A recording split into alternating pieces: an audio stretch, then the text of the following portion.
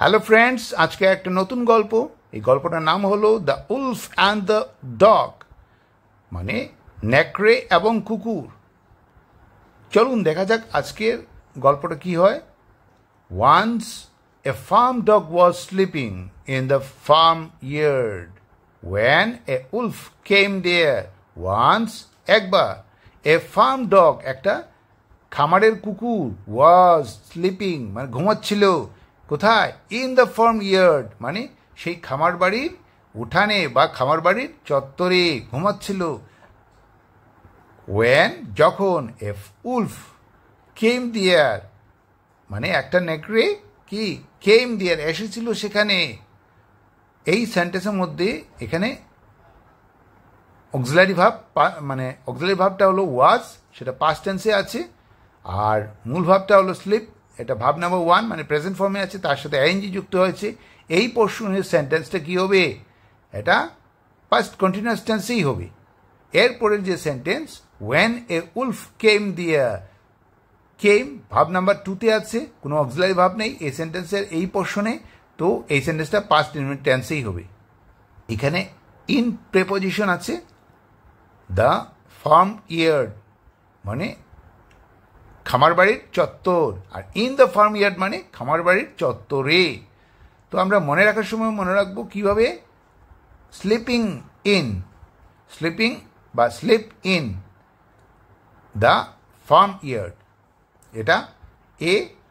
এটা হলো indefinite article.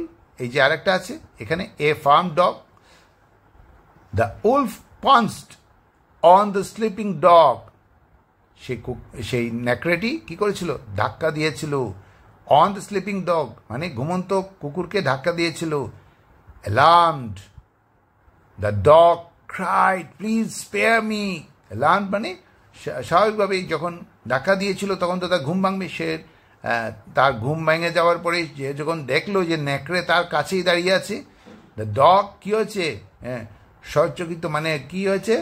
শঙ্কিত হয়ে, ত্রস্ত হয়ে, দ্য ডগ ক্রাইড কেঁদে বলেছিল প্লিজ অনুগ্রহ করে, স্পেয়ার মি রেহাই দাও আমাকে।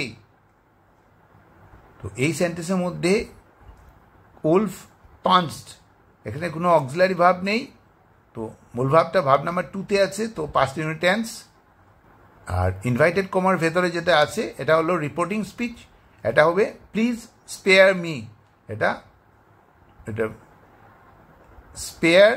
স্পেয়ার হলো প্রেজেন্ট টেন্সে আছে, ভাব নাম্বার ওয়ান। তো এই সেন্টেন্সটা কি হবে? কোনো অক্সিলারি ভাব নেই, প্রেজেন্ট ইনডিফিনিট টেন্স বা সিম্পল প্রেজেন্ট টেন্সে হবে। I am very weak and thin, আমি খুব দুর্বল এবং পাতলা। Let me get fat after feeding on the rich food that I get here. Let me get আমাকে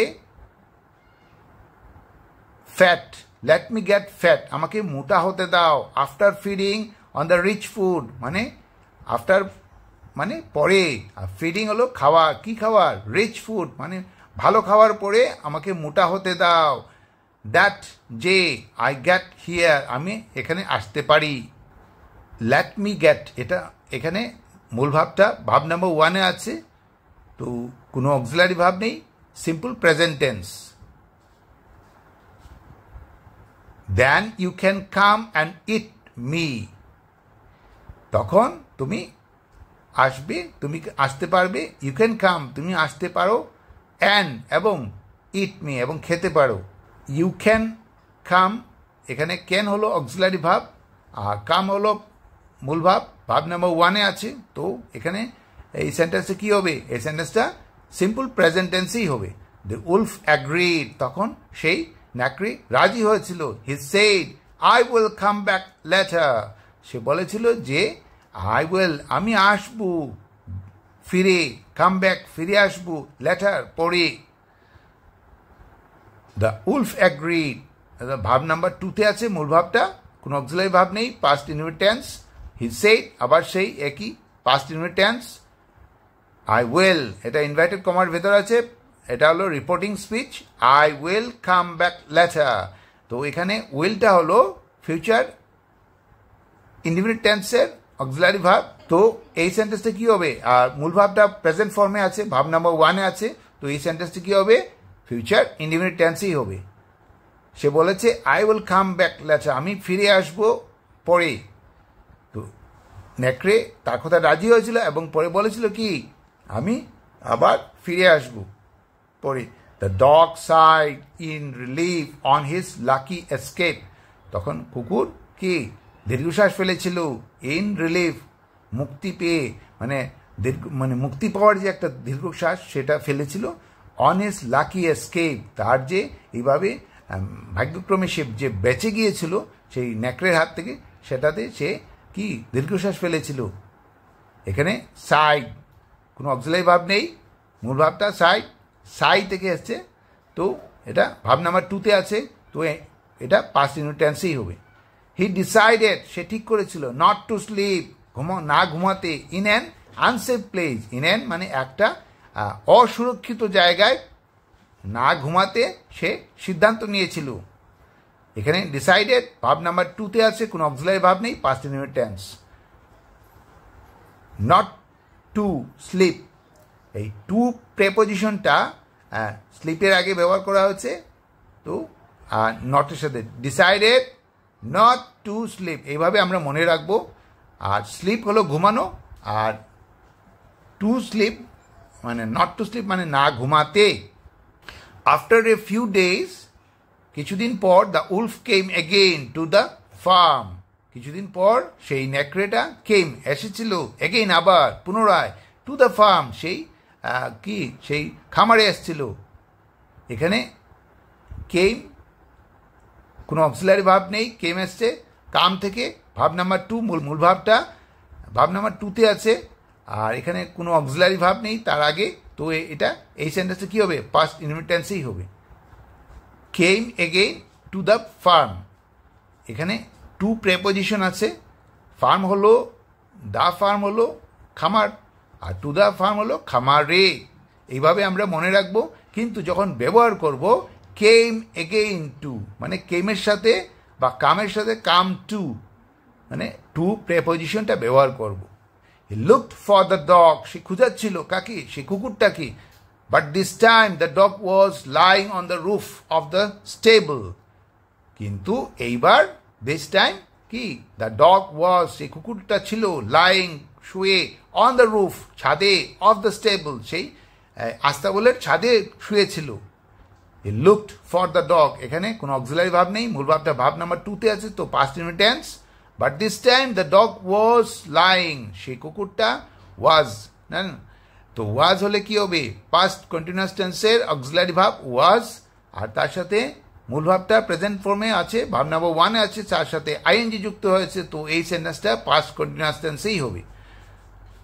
তো এখানে অন প্রেপোজিশনটা ব্যবহার করা হয়েছে, lying on the roof, roof হলো ছাদ, আর অন দ্য রুফ হলো ছাদে, এইভাবে অর্থ মনে রাখবো। আর যখন ব্যবহার করব তখন আমরা lying on the roof, lying on, lying এর সাথে লাই অন বা লাইং অন, এইভাবে আমরা মনে রাখবো প্রেপোজিশনটা কিভাবে ব্যবহার করা হয়। Seeing the dog, the wolf shouted, কুকুরটাকে দেখে সেই নেকড়ে চিৎকার করে উঠেছিল, remember what you said and come down and be my meal, remember মনে আছে, এটা ইনভার্টেড কমার ভেতরে যখন, তখন এটা রিপোর্টিং স্পিচ হবে, রিমেম্বার মনে আছে, হোয়াট ইউ সেড তুমি কি বলেছিলে, অ্যান্ড কাম ডাউন নিচে নেমে আসু, অ্যান্ড বি মাই মিল এবং কি আমার খাদ্য হো। সিং দ্য ডগ, কুকুরটাকে দেখে, দ্য উলফ শাউটেড, এখানে কোনো অক্সিলারি ভাব নেই, আর মূল ভাবটা শাউট থেকে আসছে, শাউটেড ভাব নাম্বার 2-তে আছে, তো পাস্ট ইনডিফিনিট টেন্স। আর ইনভার্টেড কমার ভিতরে যেটা, রিমেম্বার হোয়াট ইউ সেড, মনে আছে তুমি কি বলেছিলে, সেড ভাব নাম্বার 2, কোনো অক্সিলারি ভাব নেই, তো এটাও পাস্ট ইনডিফিনিট টেন্সই হবে। কিন্তু এই পোর্শনটা অ্যান্ড বি মাই মিল এবং কি হও আমার কি খাদ্য, সিম্পল প্রেজেন্ট টেন্সই হবে এখানে, যেহেতু এটা প্রেজেন্ট ফর্মে আছে মূল ভাবটা। দ্য ডগ রিপ্লাইড, তখন কুকুর উত্তর দিয়েছিল, who makes arrangement for death, কে ব্যবস্থা করে মৃত্যুর জন্য। এটা ইন্টারোগেটিভ সেন্টেন্স। এখানে ডগ রিপ্লাইড ভাব নাম্বার 2-তে আছে, কোনো অক্সিলারি ভাব নেই, তো পাস্ট ইনটেন্স।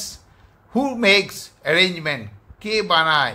মেক্স এখানে মূল ভাবটা থার্ড পার্সন সিঙ্গুলার নাম্বার হওয়ার দরুন, তো তার সাথে এস যুক্ত হয়েছে।